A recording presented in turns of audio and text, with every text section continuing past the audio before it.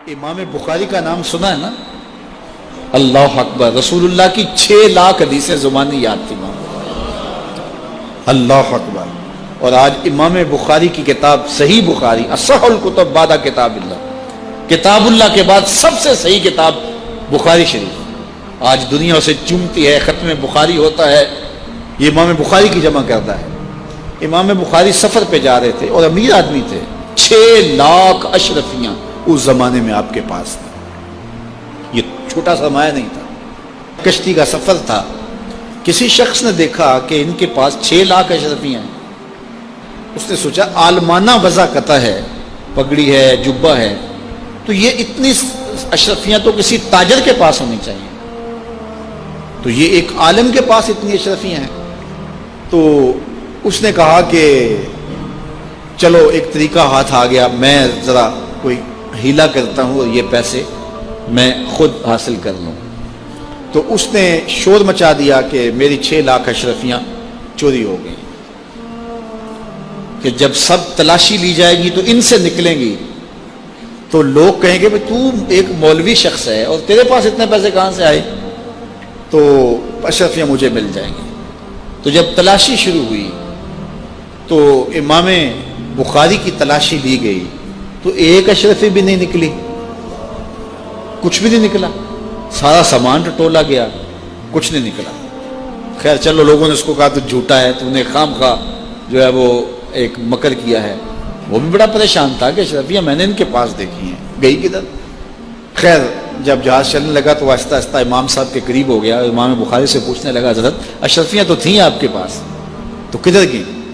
فرمایا جب تم نے الزام لگایا نا، اور مجھے پتہ ہے کہ تم نے الزام کیوں لگایا ہے، میری وجہ دیکھ کے تم نے میرے سے ہتھیانا چاہا تھا، تو میں نے چپکے سے وہ اشرفیاں سمندر میں پھینک دی تھی۔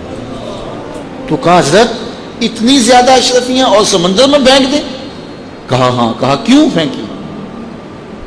تو حضرت امام بخاری فرمانے لگے کہ اگرچہ وہ اشرفیاں میری تھیں، میری ملک تھی، اور تو نے اگرچہ یہ شور کیا تھا لیکن ایسے مجھ سے لے بھی نہیں سکتا تھا، لیکن ہو سکتا تھا کہ کوئی ایسا فیصلہ ہو جاتا اور اشرفیاں مجھے تجھے دینا پڑتی، یا کوئی آدھی آدھی کر لیتے یا کچھ ہوتا، تو اب میری وضع عالمانہ ہے اور میرے اوپر لگ جاتا الزام چوری کا، اگرچہ میں چور نہیں ہوں لیکن لگتا تو الزام، قیامت تک لوگ میری حدیثیں قبول نہ کرتے کہ اس پہ تو چوری کا الزام ہے۔ تو کہا میں نے اپنے کام کو محفوظ کرنے کے لیے اشرفیاں قربان کر دی، اتنی اشرفیاں صرف اپنے کردار کو بچانے کے لیے، اور ہم ٹگے کے لیے، چائے کی پیالی کے لیے دین بیچ دیتے ہیں، اور پھر کہتے ہیں آج علماء کی قدر کیوں نہیں ہے؟ میاں قدر ہم نے خود بیچی ہے، ایک ہی چیز ہے، یا پیسے لے لیں گے یا قدر لے لیں گے۔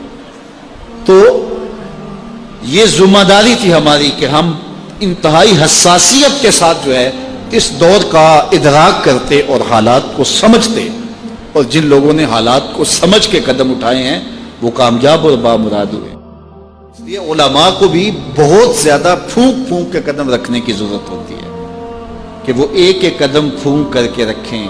اعلیٰ حضرت نے کتنی خوبصورت بات کی تھی اپنے زمانے میں، آپ نے علماء کو جو نصیحتیں کی اس میں ایک نصیحت کی، آپ نے کہا علماء لوگ تمہیں دیکھ کے دین کے قریب ہوتے ہیں اور تمہیں دیکھ کے دور بھی ہو جاتے ہیں۔ کہا کہ اگر تم نے سنن غیر موقدہ کو چھوڑ دیا تو لوگ سنن موقدہ چھوڑ دیں گے، اور اگر تم نے سنن موقدہ کو چھوڑ دیا لوگ واجبات چھوڑ دیں گے، تم نے واجبات چھوڑ دیے تو لوگ فرائض چھوڑ دیں گے، اور اگر تم نے فرائض چھوڑ دیے تو لوگ کہیں دین نہ چھوڑ دیں۔